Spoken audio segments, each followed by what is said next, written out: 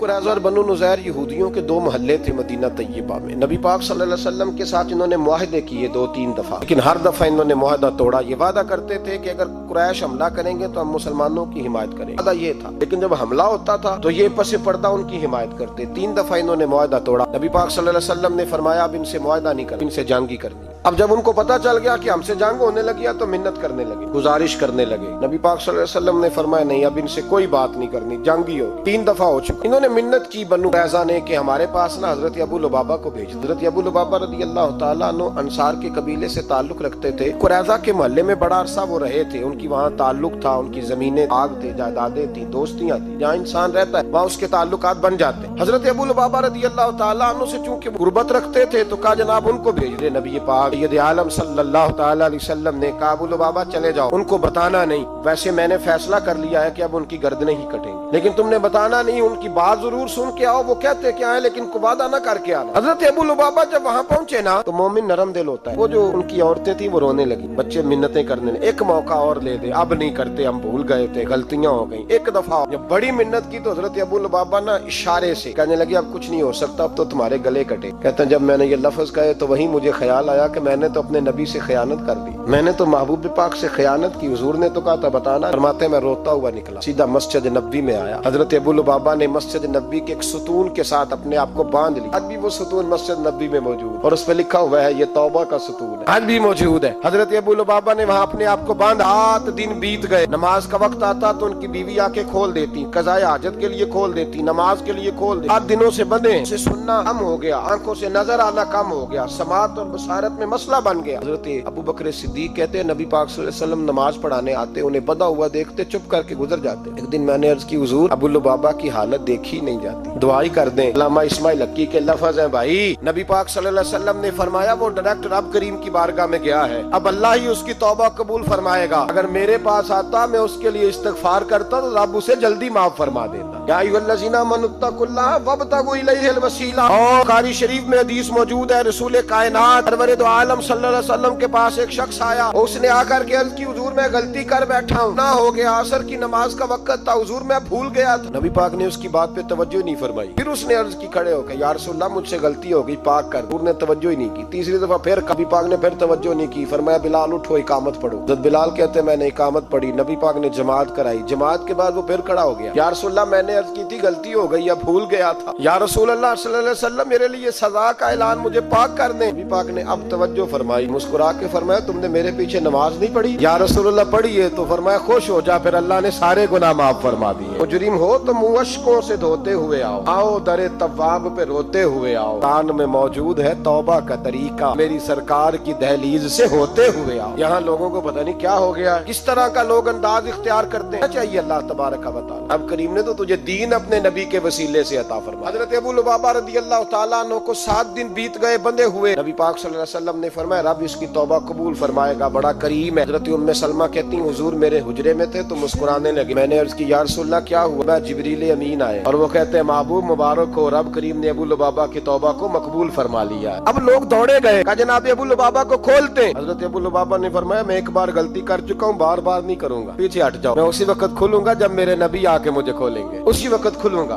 ابو لبابہ کو حضور نے کھولا تو قدموں میں گر گئے، کہنے لگے محبوبہ میں ساری دولت قربان کرتا، ہر چیز پیش ہے، میں ساری نہیں، چوتھا حصہ دے، چوتھا حصہ باقی اپنے گھر میں رکھ، تیرے بچوں پہ فخر نہ آ. صحابہ کرام ذرا سی غلطی ہوئی، ذرا سی بھائی ذرا سی خطا، بنو قریظہ بات ہے پوری سمجھے بھی نہیں، سارے سے خیانت کی لفظوں سے نہیں، لیکن 7 دن وہ بندے رہے. یہاں لوگ بڑی بڑی خیانتیں کر کے ڈٹے ہوئے، احساس ندامت قریب نہیں پھٹکتا. ہم لوگ ہم سے کو پوچھتا ہے صاحب کیا حال ہے تو ہم کہتے ہیں بھائی جتنا صاف ستھرا میں دوسرا شاید تجھے ایک دنیا میں انسان ملے. ہمیں اپنی غلطیاں سدھارنی چاہیے، جہاں جہاں ہم سے خیانتیں ہوتی ہیں وہاں ہمیں دیانتداری کر لینی چاہیے. حضرت ابو نور علیہ رحمہ نے لکھا ہے، فرماتے ہیں محمود غزنوی کا دور تھا تو آدمی محمود غزنوی کے پاس نا اپنا کیس لے کے آیا، مدعی بن کے آیا. اس نے کہا بادشاہ میرا کیس بڑا نرالا ہے. بادشاہ سلامت نے کہا وہ کس طرح؟ کہنے لگا یہ میرے پاس ایک تھیلی ہے، میں نہ سفر پہ جانے لگا تو یہ تھیلی پوری ہیروں کی بھری ہوئی. فلاں علاقے کے جو قاضی صاحب ہے نا، میں کئی دفعہ میں کہیں سفر پہ جا رہا تھا تو میں ان کے پاس الفاظ چھوڑ گیا کہ راستہ لمبا ہے، کہیں کوئی مجھ سے چھین نہ لے، ہیروں کی بری ہوگی۔ کچھ دنوں کے بعد میں واپس آیا ہوں، قاضی صاحب نے مجھے تھیلی واپس کی ہے تو اس میں ہیروں کی بجائے کھوٹے سکے نکلے۔ اب میں نے قاضی صاحب سے کہا ہے تو قاضی صاحب تو میرے گریبان تک آتے ہیں، وہ کہتے ہیں بتا کہیں سے پھٹی ہے، کھلی ہے، وہ جس طرح ٹانکے لگا کے تو نے سی تھی اسی طرح لگے ہوئے ہیں کہ نہیں؟ حضور لگے بھی بالکل اسی طرح، پھٹی ہے نہ کھلی ہے۔ اب میں لٹ گیا ہوں، میری کل عمر کی کمائی ضائع ہو گئی، کھوٹے سکے کہاں اور ہیرے کہاں؟ تو مہربانی کریں کہ بارگاہ میں اللہ رسول کے نام پر حلف دیتا ہوں کہ میں ہوں بالکل سچا۔ محمود غزنوی کہنے لگے تو جا، تھیلی چھوڑ جا، اور جب میں تجھے بلاؤں گا پھر دوبارہ آنا۔ شخص چلا گیا، محمود غزنوی اٹھے، دربار برخاست کیا، لوگوں سے کہنے لگے چلے جاؤ، میں 3 دن کے لیے سیر کرنے جا رہا ہوں، ان کے بعد لوٹوں گا۔ اکیلے جب رہ گئے نا محمود دربار میں تو محبوب نے چھری منگا، وہ جس تخت پہ بیٹھتے تھے وہاں گدا بچھا ہوا تھا، یہ گدا پڑا ہے نا، گدا بچھا ہوا، تو محمود نے چھری کے ساتھ پھاڑ ڈالا اور چھری جیب میں رکھی نکل گئے۔ کہنے لگے میرے باپ کو میرے دربار والے احاطے میں داخل نہ ہو۔ محمود چلے گئے، صفائی کرنے والا جب آیا نا اس نے آ کے دیکھا تو گدا تو پھٹا، اس نے شور ڈال دیا، پہرے دار بھی آ گئے، فلاں صاحب بھی آ گئے، فلاں صاحب۔ اس نے کہا خدا کے بندو اس کا گدا پھٹ گیا ہے، وہ تو مار ڈالے گا۔ اس نے کہا تھا سوائے صفائی اور نگرانی والے کے دوسرا ہے کوئی نہ، اور یہاں آیا بھی کوئی نہیں، پہلے دن ہی پھٹا ہوا ہے تو لٹکا دے گا سب کو، کیا کرے؟ اور ہو گیا، سارے دربار کے ملازمین اکٹھے ہو گئے۔ ایک بندہ بولا، کہنے لگا فکر نہ کرو، میں کیسے بندے کو جانتا ہوں، اس طرح سیے گا کہ جس نے پھاڑا ہوگا اسے بھی پتہ نہیں چلے گا کہاں سے پھٹا تھا، ایسا بہترین رفو کرے گا کہ پتہ بھی نہیں۔ کہا یار ہم سارے ایک مہینے کی تنخواہ دیتے ہیں، تو بندہ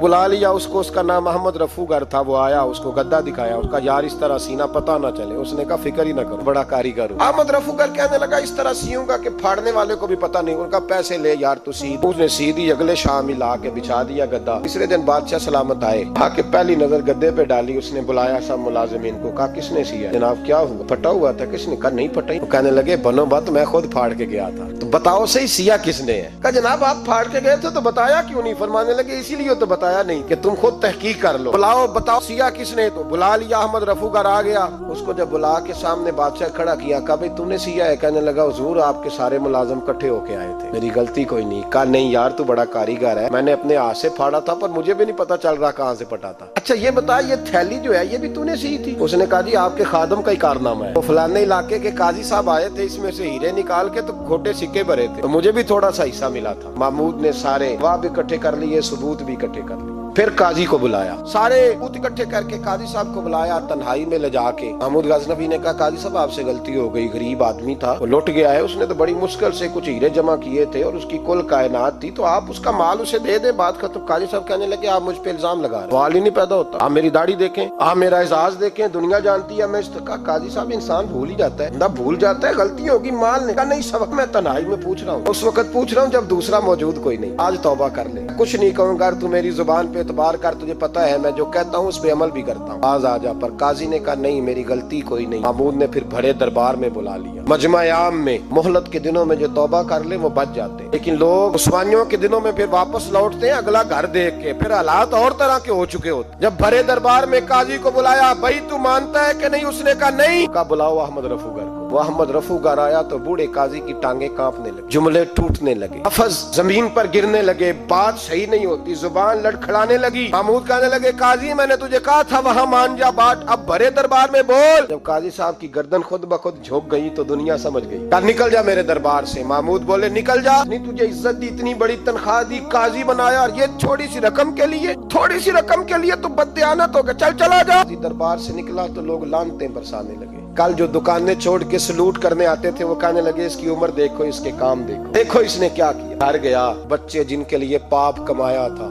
تو پاپ کمائے ہن کتھے نہیں ہو تیرے کر دے۔ بچے کہنے لگے ابا جی تو سکول مدرسہ جانے کے قابل نہیں رہے، امید تھی کہ بیوی ساتھ دے گی، وہ کہنے لگی میں میکے کیسے جاؤں گی۔ گلی کی عورتیں طرح طرح کی باتیں بناتی ہیں، بھائی کامیابیوں کے بڑے سربراہ ہوتے ہیں، کامیاب ہو جائے تو سارے کہتے ہیں میری سپورٹ سے ہوا ہے، ناکامیاں ہمیشہ یتیم ہوتی، ناکامیوں کا کوئی سربراہ نہیں ہوتا۔ جب تک تو قاضی تھا تو بڑے بات تھی، ہر بندہ کہتا تھا رشتہ دار ہے، رسوائی ہو گئی تو وہ تیری آنکھ ہو یا سنگ ملامت کی چبھن، کون پہنچا ہے میرے درد کی گہرائی تک، اور شہرت میں تو یاروں نے کیا یاد بہت، ساتھ آیا نہ کوئی کوچے رسوائی تک۔ میاں صاحب کہنے لگے ساری عمر ہی آٹا گد ہے، لکھاں کیتے نہیں پیڑے، وقت آیا ہی تے محمد بخشا کوئی نہیں ہوں بیٹھا نیڑے، ساتھ ہی بدل گئے۔ قاضی موشی سے اندر چلا گیا، اپنی رسوائی سمیٹ کے بستر پہ لیٹا، نہ روٹی کی بھوک لگی، نہ پانی کی پیاس لگی، نہ نیند آئی، ساری رات تڑپتا رہا۔ سویرے گھر والوں نے دروازہ کھولا تو روح پرواز کر گئی،